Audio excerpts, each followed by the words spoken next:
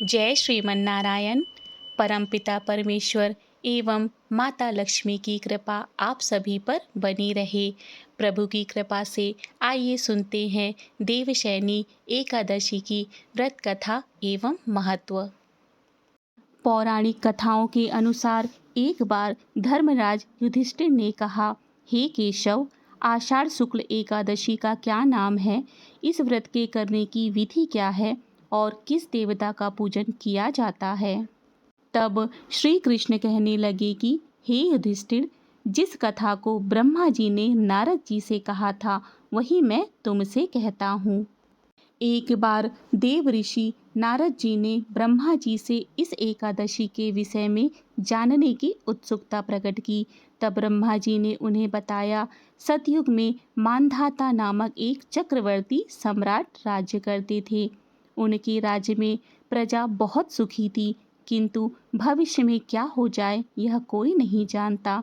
अतः वे भी इस बात से अनभिज्ञ थे कि उनके राज्य में शीघ्र ही भयंकर अकाल पड़ने वाला है। उनके राज्य में पूरे 3 वर्ष तक वर्षा न होने के कारण भयंकर अकाल पड़ा। इस अकाल से चारों ओर त्राही त्राही मच गई। धर्म पक्ष के यज्ञ, हवन, पिंडदान, कथा, व्रत आदि में कमी हो गई। जब मुसीबत पड़ी हो तो धार्मिक कार्यों में प्राणी की रुचि कहाँ रह जाती है। प्रजा ने राजा के पास जाकर अपनी वेदना की दुहाई दी। राजा तो इस स्थिति को लेकर पहले से ही दुखी थे। वे सोचने लगे कि आखिर मैं ऐसा कौन सा पाप कर्म किया है जिसका दंड मुझे इस रूप में मिल रहा है। फिर इस कष्ट से मुक्ति पाने का कोई साधन करने के उद्देश्य से राजा सेना को लेकर जंगल की ओर चल दिए। वहाँ विचरण करते करते एक दिन ब्रह्मा जी के पुत्र अंगिरा ऋषि के आश्रम में आ पहुँचे और उन्होंने साष्टांग प्रणाम किया। ऋषिवर ने आशीर्वचनों उपरांत कुशल क्षेम पूछा, अर्थात हाल चाल पूछा। फिर जंगल में विचरण करने अपने आश्रम में आने का प्रयोजन जानना चाहा। तब राजा ने हाथ जोड़कर कहा, महात्मन, सभी प्रकार से धर्म का पालन करता हुआ भी मैं अपने राज्य में दुर्भिक्ष का दृश्य देख रहा हूँ। आखिर किस कारण से ऐसा हो रहा है? कृपा करके इसका समाधान बताएं। यह सुनकर महर्षि अंगिरा ने कहा, हे राजन, सब युगों में उत्तम यह सतयुग है। इसमें छोटे से पाप का भी बड़ा भयंकर दंड मिलता है। इसमें धर्म अपने चारों चरणों में व्याप्त रहता है। ब्राह्मण के अतिरिक्त किसी अन्य जाति को तप करने का अधिकार नहीं है, जबकि आपके राज्य में एक शूद्र तपस्या कर रहा है। यही कारण है कि आपके राज्य में वर्षा नहीं हो रही है। जब तक वह काल को प्राप्त नहीं होगा तब तक यह दुर्भिक्ष शांत नहीं होगा। दुर्भिक्ष की शांति उसे मारने से ही संभव है। किंतु राजा का हृदय एक निरपराध शूद्र तपस्वी का समन करने को तैयार नहीं हुआ। उन्होंने कहा, हे देव, मैं उस निरपराध को मार दूं, यह बात मेरा मन स्वीकार नहीं कर रहा है। कृपा करके आप कोई और उपाय बताएं। तब महर्षि अंगिरा ने बताया, आषाढ़ माह के शुक्ल पक्ष की एकादशी का व्रत करें। इस व्रत के प्रभाव से अवश्य ही वर्षा होगी। राजा अपने राज्य की राजधानी लौट आए और चारों वर्णों सहित पद्म एकादशी का विधिपूर्वक व्रत किया। व्रत के प्रभाव से उनके राज्य में मूसलाधार वर्षा हुई और पूरा राज्य धन धान्य से परिपूर्ण हो गया। ब्रह्मा वैवर्त पुराण में देवशयनी एकादशी के विशेष महात्म्य का वर्णन किया गया है। इस व्रत से प्राणी की समस्त मनोकामनाएं पूर्ण होती हैं। इति श्री देवशयनी एकादशी व्रत कथा। अब आइए जानते हैं देवशयनी एकादशी का महत्व क्या है। हिंदू धर्म में एकादशी व्रत का महत्वपूर्ण स्थान है।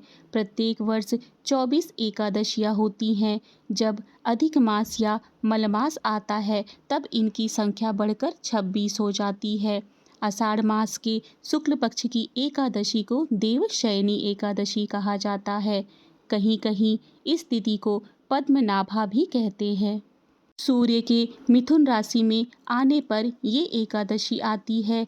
इसी दिन से चतुर्मास का आरंभ हो जाता है। इस दिन से भगवान श्री हरि विष्णु क्षीर सागर में शयन करने जाते हैं। फिर लगभग 4 माह बाद तुला राशि में सूर्य के जाने पर उन्हें उठाया जाता है। उस दिन को देवोत्थानी एकादशी भी कहा जाता है। इसी बीच के अंतराल को चतुर्मास कहा जाता है। कई लोगों का मानना है भगवान विष्णु क्षीर सागर में सोने चले जाते हैं, परंतु वहाँ तो वे रहते ही नहीं हैं, तो फिर वो कहाँ जाते हैं। कहते हैं इस दौरान श्री हरि विष्णु पाताल लोक के राजा बलि के यहाँ 4 माह निवास करते हैं। भगवान ने वामन रूप में बलि से 3 पग धरती मांगकर संपूर्ण धरती नाप दी थी। बाद में उन्होंने बलि को अमरता का आशीर्वाद देकर उसे पाताल लोक का राजा बनाकर वरदान मांगने को कहा।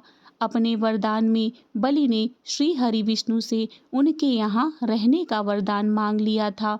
इसीलिए प्रभु 4 माह बलि के यहाँ सोने चले जाते हैं। जब भगवान श्री हरि विष्णु 4 महीने के लिए निद्रा में चले जाते हैं तो उस वक्त पृथ्वी का भार बाकी देवता मिलकर उठाते हैं। देव श्रेणी पूर्णिमा के बाद गुरु पूर्णिमा आती है, यानी 4 दिन गुरु इस दुनिया का संचालन करते हैं, उसे संभालते हैं। गुरु पूर्णिमा के अगले दिन सावन लग जाता है। तब 1 महीने के लिए भोलेनाथ पृथ्वी का भार संभालते हैं। सावन के बाद 19 दिन तक भाद्रपद लग जाता है, जिसके बाद पृथ्वी का भार श्री कृष्ण संभालते हैं। भाद्रपद के बाद फिर आती है गणेश चतुर्थी। तब 10 दिनों के लिए गणेश जी पृथ्वी का भार संभालते हैं। गणेश चतुर्थी के बाद 16 दिन पितृपक्ष लगता है, जिसमें पितृदेव संभालते हैं। पितृपक्ष के अगले दिन नवरात्रि आ जाती है, जिस वजह से माता रानी 9 दिनों तक पृथ्वी का भार संभालती हैं। इसके बाद आखिरी के 10 दिन पृथ्वी का भार कुबेर जी संभालते हैं। इसके बाद आती है देव उठनी एकादशी। इस दिन भगवान निद्रा से उठ जाते हैं और वापस पृथ्वी का भार संभाल लेते हैं। आइए अब भगवान विष्णु की आरती करें। ओम जय जगदीश हरि, स्वामी जय जगदीश हरि। भक्त जनों के संकट, दास जनों के संकट क्षण में दूर करे। ओम जय जगदीश हरि। जो ध्यावे फल पावे, दुख बिन से मन का स्वामी, दुख बिन से मन का। सुख संपत्ति घर आवे, सुख संपत्ति घर आवे, कष्ट मिटे तन का। ओम जय जगदीश हरि। मात पिता तुम मेरे, शरण गहूँ मैं किसकी स्वामी, शरण गहूँ मैं किसकी। तुम बिन और न दूजा, प्रभु बिन और न दूजा, आस करूँ मैं किसकी। ओम जय जगदीश हरि। तुम पूरन परमात्मा, तुम अंतर्यामी स्वामी, तुम अंतर्यामी। पार ब्रह्म परमेश्वर, पार ब्रह्म परमेश्वर, तुम सबके स्वामी। ओम जय जगदीश हरि। तुम करुणा के सागर, तुम पालन करता स्वामी, तुम पालन करता। मैं मूरख खल कामी, मैं मूरख खल कामी, कृपा करो भरता। ओम जय जगदीश जगदीश हरे। तुम हो एक अगोचर सबके प्राणपति स्वामी, सबके प्राणपति। किस विधि मिलो दया में, किस विधि मिलो दया में, तुमको मैं कुमति। ओम जय जगदीश हरे।